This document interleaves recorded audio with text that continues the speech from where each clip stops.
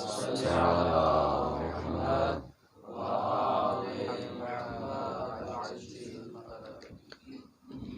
باللہ من الشیطان اللعین الرجیم، بسم اللہ الرحمن الرحیم، وبہ نستعین انہ خیر ناصر و معین، الحمد للہ رب العالمین،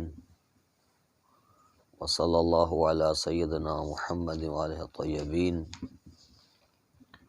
لا سیما بقیت اللہ فی الارضین، واللعن الدائم علی اعدائہم اجمعین۔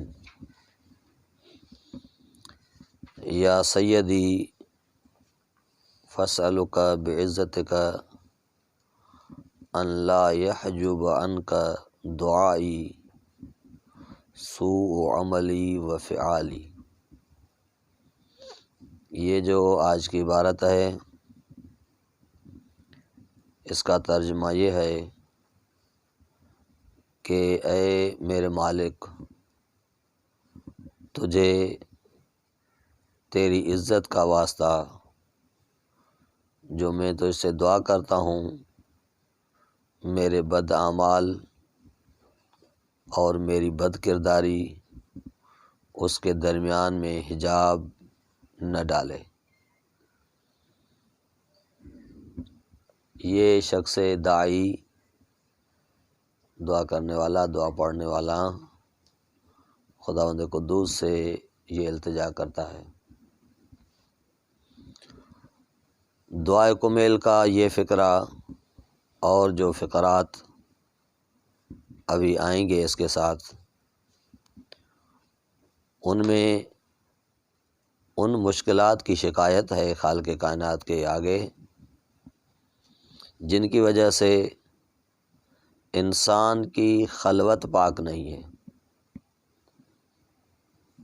دیکھیے، دو حال ہوتے ہیں انسان کے، ایک جلوت ہوتی ہے اور ایک خلوت ہوتی ہے۔ جلوت یعنی ظاہر، عوام الناس کے سامنے، خلوت یعنی تنہائی، اکیلاپن۔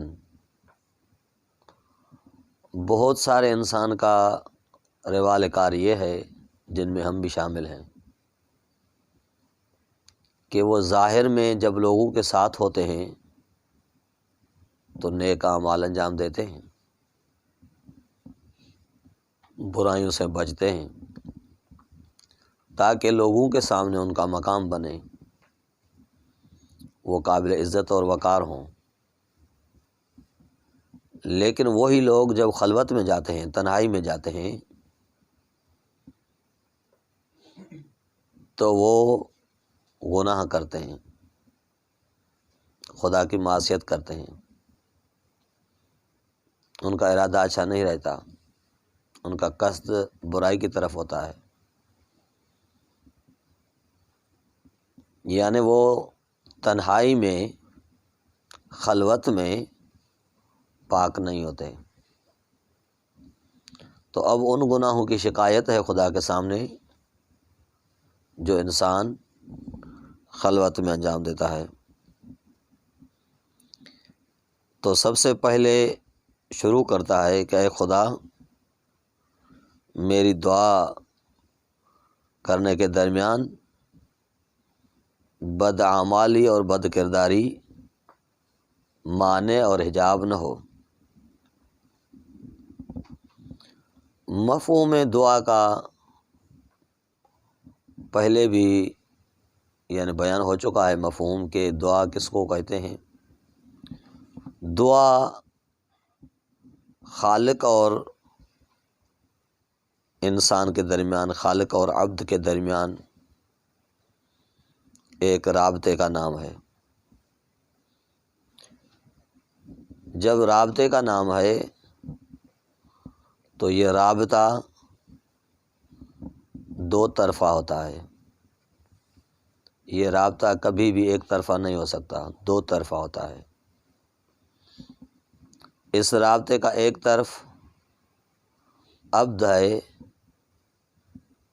جو خداوند قدوس کے آگے اپنے نیاز کو، محتاجی کو بیان کرتا ہے، ضروریات کو بیان کرتا ہے، خواہشات کو ظاہر کرتا ہے۔ ایک طرف یہ ہوتا ہے، اور دعا کا ایک طرف معبود کی طرف سے ہوتا ہے، خالق کائنات کی طرف سے ہوتا ہے، اور وہ اجابت دعا ہے کہ وہ دعا کو مستجاب کرتا ہے، عبد کی دعا کو قبول کرتا ہے، اس کی تمناؤں کو پورا کرتا ہے۔ تو یہ دو طرفہ ہوتی ہے یہ دعا، دو رخ ہوتے ہیں دعا کے۔ جب دعا کے دو رخ ہوتے ہیں تو اس کے موانع بھی دو طرف کے ہوتے ہیں، دو قسم کے ہوتے ہیں۔ جو حجاب بنتی ہیں اشیاء اور رکاوٹیں بنتی ہیں وہ بھی دو طرف کی ہوتی ہیں۔ بعض گناہ اور معصیت ایسی ہوتی ہیں جن معصیتوں کی وجہ سے، گناہوں کی وجہ سے دعا کی استجابت بند ہو جاتی ہے، یعنی وہ دعا مقام استجابت میں نہیں آتی، اس کو حجاب جا کے بنتی ہے، بند کر دیتی ہے، سد باب کرتی ہے استجابت کا، کہ عبد کی استجابت نہیں ہوتی۔ کہ پہلے بھی ایسے گناہوں کی طرف اشارہ ہو چکا ہے کہ اللہم اغفر لی الذنوب التی تحبس الدعاء، خدایا وہ گناہ معاف کر دیجئے جو حبس کر دیتے ہیں میری دعاؤں کو، یعنی دعائیں میں تو کرتا ہوں لیکن وہ مقید ہو کے رہ جاتی ہیں، وہ مقام استجابت میں نہیں آتی۔ تو وہ عرض کر چکے ہیں کہ وہ کون سے گناہ ہیں جو سبب بنتے ہیں کہ عبد کی دعا قبول نہ ہو۔ تو یہ ایک طرف کا معنی ہے، استجابت کی طرف سے معنی ہے۔ دوسرا معنی وہ ہے جو دعا کرنے کی طرف سے معنی ہوتا ہے، یعنی ایسے گناہ جن گناہوں کی وجہ سے عبد سے توفیق سلب ہو جاتی ہے کہ وہ دعا کرے۔ اصل اسے توفیق ہی نہیں ہوتی، یہ توانائی اس کے اندر پیدا نہیں ہوتی، ارادہ ہی نہیں ہوتا اس کے اندر کہ وہ دعا کرے، وہ دعا کرنے سے رک جاتا ہے، دعا کا خیال ہی نہیں آتا اس کو، متوجہ ہی نہیں ہوتا دعا کی طرف کہ خدا سے مناجات کرے، خدا سے گفتگو کرے، خدا سے بات کرے، خدا سے کوئی چیز مانگے، طلب کرے، نہیں۔ یعنی ایسے گناہ جو مقام دعا یعنی دعا کرنے کے روک دیتے ہیں۔ تو یہاں پر جو شکایت ہو رہی ہے خدا کے سامنے، عبد معبود کے سامنے شکایت کرتا ہے، وہ ان گناہوں کی شکایت کرتا ہے جن کے ذریعے سے دعا کرنے کی توفیق نہیں ہوتی، یعنی دعا کرنے کی طرف سے وہ مانے ہوتے ہیں کہ خدایا میں جو آپ سے دعا کرتا ہوں، طلب کرتا ہوں، اس کے درمیان میں میرے سوء عمل، بد اعمال، بد کردار مانے نہ ہو جائیں، جو میری بد کرداری ہے، جو بد اعمالی ہے وہ مانے نہ ہو۔ بعض اہل سر افراد بیان کرتے ہیں کہ دعا قبول نہ ہو، یعنی مقام استجابت میں نہ آئے، اس سے بدترین حال وہ ہے کہ انسان کو توفیق نہ ہو دعا کرنے کی۔ یعنی دو طرف کے معنی ہوئے، ایک موانع وہ ہیں جو دعا کے استجابت کے موانع ہیں، ایک موانع وہ ہیں جن کے ذریعے سے توفیق دعا نہیں ہوتی اصلاً۔ تو بدترین حال یہ ہے کہ دعا کرنے کی توفیق نہ ہو۔ کیوں بدترین ہے؟ اس وجہ سے کہ دعا نہ کرنا دعا کی توفیق نہ ہونا یہ عبدیت کے خلاف ہے، اور وہ عبد نہیں ہے اصلاً۔ اور اگر دعا قبول نہیں ہوتی، مقام استجابت نہیں ہوتی، تو اس کے بہت سارے اسباب ہو سکتے ہیں۔ شاید یہ دعا قبول نہ ہونا محبوب خدائیت ہو، یعنی یہ عبد کی دعا کرنا خدا کو اتنی پسند آتی ہے اور خدا کو یہ آواز اتنی اچھی لگتی ہے کہ خداوند قدوس ملائکہ کو کہتا ہے کہ اس کی دعا قبول نہ کریں تاکہ یہ بار بار مجھ سے مانگتا رہے۔ یعنی دعا کا قبول نہ ہونا یہ ضروری نہیں ہے کہ عبد کی حقارت کی دلیل ہو، اس کی ذلت کی دلیل ہو، نہیں، بلکہ ممکن ہے کہ دعا اسی وجہ سے قبول نہ ہوتی ہو کہ خداوند قدوس کو اس کی آواز پسند آ چکی ہو اور محبوب خدا بن چکا ہو۔ اور دعا کا جلدی قبول ہونا ولی ہونے کی دلیل نہیں ہے کہ جس کی دعا جلدی قبول ہو جاتی ہے کہنا ولی اللہ بن کے آئے، نہیں، شاید اسی وجہ سے ہو کہ خدا اس کی آواز سے نفرت کرتا ہو، خدا کو اس کی آواز اچھی نہ لگتی ہو، اور وہ ملائکہ کو کہتا ہو کہ جلدی اس کی دعا قبول کریں تاکہ یہ بار بار مجھ سے نہ مانگے، یہ شخص مجھے اچھا نہیں لگتا۔ تو موانع جو دعا کرنے کے موانع ہیں، دعا کے توفیق کے موانع ہیں، وہ سخت تر ہیں اس سے کہ دعا قبول نہ ہو، مقام استجابت نہ آئے، کہ اس کے اور بہت سے اسباب ہو سکتے ہیں۔ تو اسی وجہ سے یہ عبد اب اس مقام پر شکایت کرتا ہے خداوند قدوس سے، خدایا یہ توفیق مجھ سے کبھی بھی سلب نہ ہو، میرے ایسے گناہ معاف کر دیجئے اور ختم کر دیجئے جو مجھ سے توفیق دعا سلب کرتے ہوں، دعا کا سد باب بنتے ہوں، اور وہ میرے بد اعمال اور بد کرداری ہے میری۔ اس کے بعد یہ جو شکایت کرتا ہے خداوند قدوس کے سامنے وہ یہ ہے کہ وَلَا تَفْضَحْنِي بِخَفِيَّ مَطْلَعْتَ عَلَيْهِ مِنْ سِرِّي، اے مالک مجھے رسوا نہ کرنا ان برے اعمال کی وجہ سے جو لوگوں سے تو پوشیدہ ہیں پر تو انہیں جانتا ہے، تجھے ان کی اطلاع ہے۔ خداوند قدوس وہ وجود مطلق ہے جس کے سامنے کوئی بھی شے مخفی نہیں ہے۔